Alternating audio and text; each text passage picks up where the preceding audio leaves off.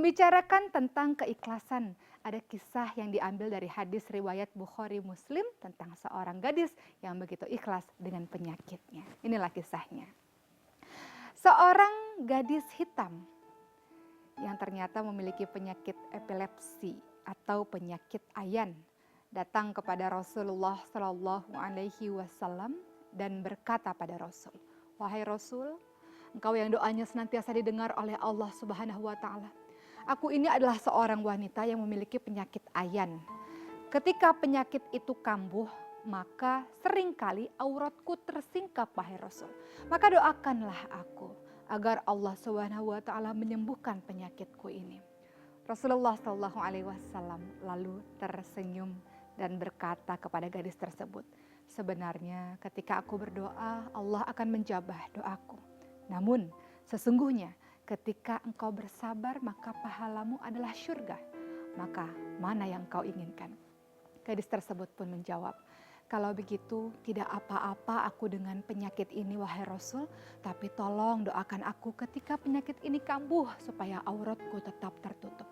Maka aku akan ikhlas dengan penyakit yang diberikan oleh Allah Subhanahu Wa Taala kepadaku dan mudah-mudahan ini berbuah syurga."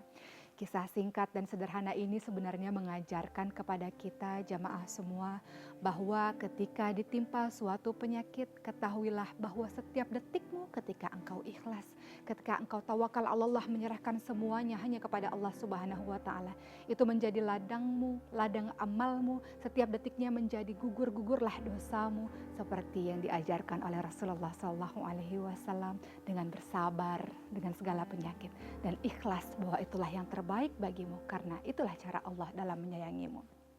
Kisah kedua tentang keikhlasan, kita bisa mendapatkannya dari salah seorang istri Rasulullah Shallallahu Alaihi Wasallam. Namanya mungkin tidak terlalu populer dibanding dengan istri-istri yang lainnya. Namun istri ini memiliki keutamaan yang luar biasa sampai-sampai Aisyah radhiyallahu anhu mengatakan, "Aku tidak bisa menemukan orang yang aku sungguh-sungguh ingin seperti dia kecuali Saudah bin Zam'ah radhiyallahu anha." Siapa Saudah ini? Ketika Rasulullah SAW ditinggal oleh Khadijah radhiyallahu anha yang menjadi tahun-tahun kesedihan untuk Rasulullah, begitu menyedihkannya karena pada saat itu juga ada kematian Abu Thalib pamannya, lalu Allah menghiburnya dengan Isra Mi'raj. Lalu ketika itu seorang sahabat bernama Kaulah mengatakan kepada Rasul, "Wahai Rasul, kini saatnya engkau menikah, harus ada yang mendampingimu, harus ada yang mengurusi anak-anakmu." Maka ada seorang janda yang sangat takwa, yang sangat solihah bernama Saudah. Lalu Rasulullah SAW pun akhirnya meminang Saudah binti Zam'ah dan akhirnya mereka menikah.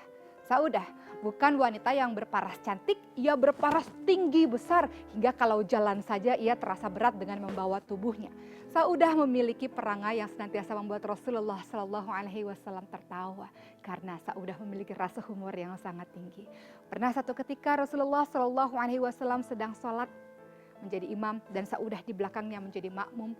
Lalu Saudah ketika selesai sholat mengatakan, "Wahai Rasul, tadi ketika ruku hidungku ini menyentuh dengan pinggangmu sehingga aku menyentuh hidungku sendiri, memegang hidungku, takut-takut hidungku ini berdarah," kata Saudah. Lalu Rasul pun tertawa mendengar kalimat-kalimat yang diucapkan oleh Saudah. Ketika menikah dengan Saudah, beberapa tahun kemudian Rasulullah SAW pun kembali menikah dengan Aisyah radhiyallahu anha. Dan Aisyah adalah seorang gadis yang sangat cantik, yang usianya masih sangat belia. Dan Saudah tahu bahwa Rasul sangat mencintai Aisyah dibanding dengan istri-istri yang lainnya. Ketika Saudah perlahan makin lama tahun silih berganti semakin tua, maka ada saat ketika Rasulullah SAW ingin menceraikan Saudah.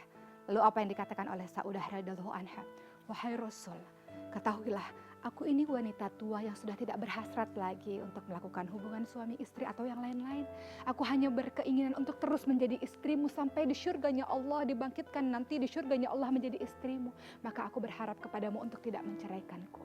Maka Rasulullah SAW pun tidak jadi menceraikan Saudah. Dan Saudah berkata, "Rasul, aku akan memberikan hari-hari giliranku untuk Aisyah," kata Saudah. Saudah begitu berlapang dada, begitu ikhlas memberikan hari-harinya untuk istri tercintanya Rasulullah, Aisyah radhiyallahu anha.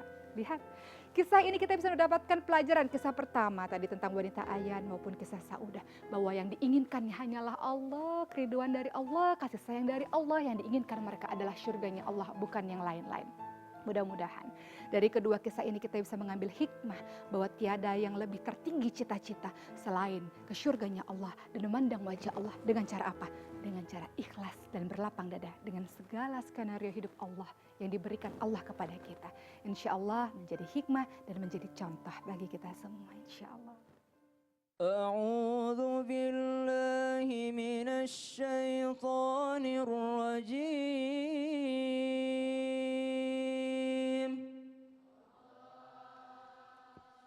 بسم الله الرحمن الرحيم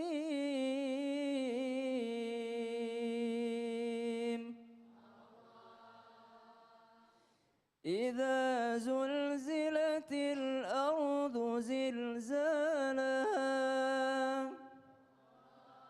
وأخرجت الأرض أثقالها وقال الإنسان ما لها يومئذ تحدث أخبارها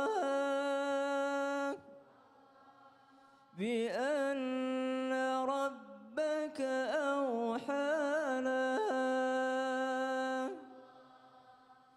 يومئذ يصدر الناس أشتاتا ليروا أعمالهم فمن يعمل مثقال ذرة خيرا يره ومن يعمل مثقال ذرة شرا يره.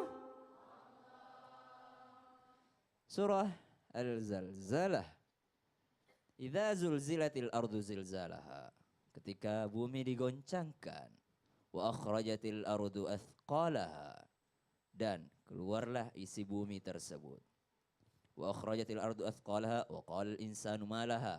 Berkatalah seluruh manusia, apa yang terjadi ini Tuhan?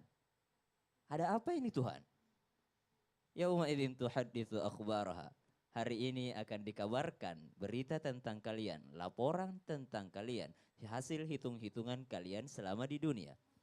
Bi anna rabbaka awhalaha yauma idzi yasdurun nasu ashtatan liyurau a'malahum. Hari ini akan ditunjukkan apa yang selama ini kalian kerjakan di dunia. Faman ya'mal mithqala dzarratin khairan yarah. Di dua ayat terakhir ini ada sebuah harapan dari Allah. Faman ya'mal mithqala dzarratin khairan yarah. Barang siapa yang mengerjakan sekecil apapun kebaikan itu, khairan yarah. Mithqala dzarratin khairan yarah. Ketika mereka berbuat kebaikan sekecil apapun itu dengan ikhlas karena Allah, tidak mengharap apapun dari manusia, tidak mengharap pujian, maka kebaikan tersebut akan dibalas langsung oleh Allah. Akan tetapi, wa may ya'mal mithqala dzarratin syarran yarah, ada juga ancaman dari Allah. Ketika seseorang berbuat buruk sekecil apapun itu juga akan mendapatkan balasan dari Allah Subhanahu wa taala. Tapi ingat, kita tidak pernah tahu amalan yang mana yang mendapat rahmat Allah. Mungkin amalan kecil yang dapat rahmat dari Allah. Mungkin amalan yang kecil yang justru ikhlas karena Allah. Kita juga tidak pernah tahu dosa yang mana yang membuat Allah murka.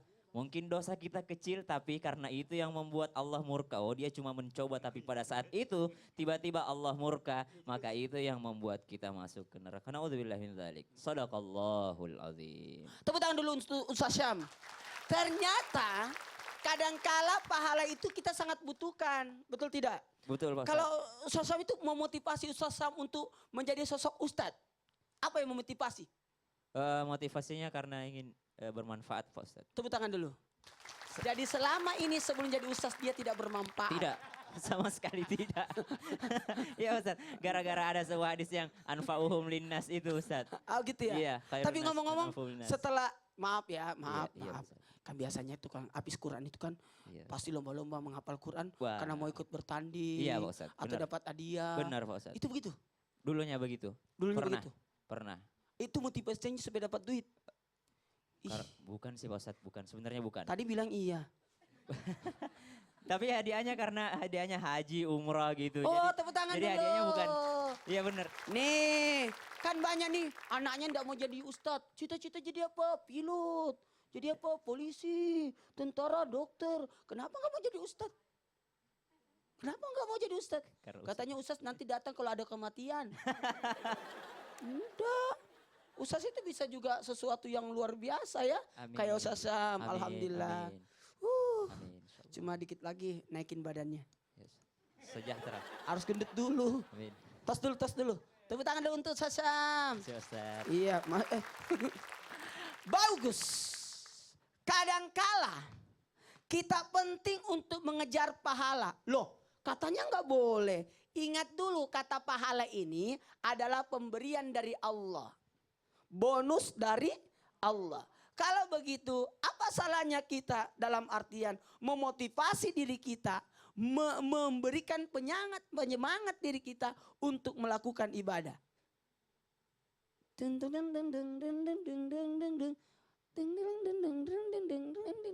Kok bisa begitu? Kadang-kala mulut kita ini membuat kita semangat. Ibu kadang-kala semangat kan? Upik abu nih, upik Masak, abu. nyuci. Upik abu juga gitu Pak Ustadz Hah? dulu. Upik abu tahu kan? Kalau lagi nyuci nyepel gitu sambil nyanyi. Upik abu. Kayak gitu. Salah satu bentuk penyemangat kadang-kala kita harus menghibur diri. Jadi masih pentingkah kita mengejar pahala? Jawabannya masih. Kalau begitu, ketika engkau beribadah, motivasikan diri ini dengan hati dulu. Apa niat saya untuk ibadah? Lillahi ta'ala. Terserah Allah mau kasih aku pahala apa. Kan kita tidak pernah lihat pahala. Ada yang pernah lihat pahala enggak? Belum. Nah itu. Disinilah letaknya. Kenapa disebut pahala? Karena tidak ada yang pernah lihat pahala. Saya alhamdulillah sampai saat ini tidak pernah lihat itu pahala. Tidak pernah lihat itu pahala. Bagaimana model pahala itu? Pernah lihat gula enggak? Pernah. Yang manisnya, pernah lihat manisnya? Enggak pernah lihat manis. Nah karena itu rasa. Tuh, kadangkala nikmat itu dirasakan. Pahala itu dirasakan. Seneng nggak lihat kalau anak lagi bahagia? Padahal itu tadi makanan yang harusnya masuk di mulut kita, tapi kita kasih anak kita. Masya Allah. Itu bentuk kepuasan loh. Makanya parauhu, warehan, wajannatun naim. 3 itu. Itu kekayaannya luar biasa. Sekiranya kita mau jadikan pahala itu memotivasi diri kita Betul, Masya Allah. untuk melaksanakan. Sehingga bedakan orang yang melaksanakan ibadah hanya sekedar menggugurkan tanggung jawab, kewajiban. Dan bedakan pula orang yang melaksanakan karena sesuatu kebutuhan. Betul. Ada kita butuh salat. Saya mau tanya, siapa yang butuh salat? Kita atau Allah? Kita. Siapa yang butuh salat? Kita atau Allah? Kita. Kalau kita tidak salat, apakah Allah turun tahta? Enggak. Tidak. Tetap Allah Tuhan. Hello, Iya betul. Pak. enggak rugi-rugi. Betul. Yang betul, butuh betul. pendidikan gratis, pemerintah atau rakyat? Rakyat. Kalau begitu, siapa yang butuh pendidikan gratis? Rakyat. Oh sudah, kalau begitu kita harus ibadah. Betul. Jadi Astagfirullahaladzim. Masya Allah. Jadi kalau misalnya kita bicara masalah penting atau enggak, masih tetap penting kita kejar Iya, pahala aku juga. pernah ditanya sama ada Iya Pak Ustadz. satu pesawat saya Hmm. itu sama teman kita itu. Yang pemerannya Habibie. Oh, Reza Hardian. Iya itu, saya tanya, Ustadz apa yang menyebabkan kita semangat ibadah? Mungkin Reza nonton ya. Iya, Reza Masya katanya Allah. nonton selalu. Reza, pertanyaan ini saya angkat di sini. Apa Hmm. yang menyebabkan kita harus semangat untuk ibadah? Dan pas dengan tema ini. Apa tuh Pak Ustadz? Jawabannya adalah jadikan ibadah itu kita butuh dengan ibadah Sebagai itu. kebutuhan kita. Masya Sebagaimana orang Allah. butuh makan pasti cari uang itu. Oh, tepuk tangan dulu Bu. Tuh, kalau ibadah udah kayak makan, kalau misalnya belum sholat kayak belum makan, pasti jadi sholat Bu. Masya Allah nih buat jamaah yang di studio dan juga jamaah yang di rumah, jangan kemana-mana. Setelah ini kita akan lanjutkan lagi dengan tausiah dari Ustadz Maulana tentang bagaimana caranya supaya kita bisa mendapatkan rahmat dari Allah Subhanahu Wa Taala. Tetap di Islam itu Indah.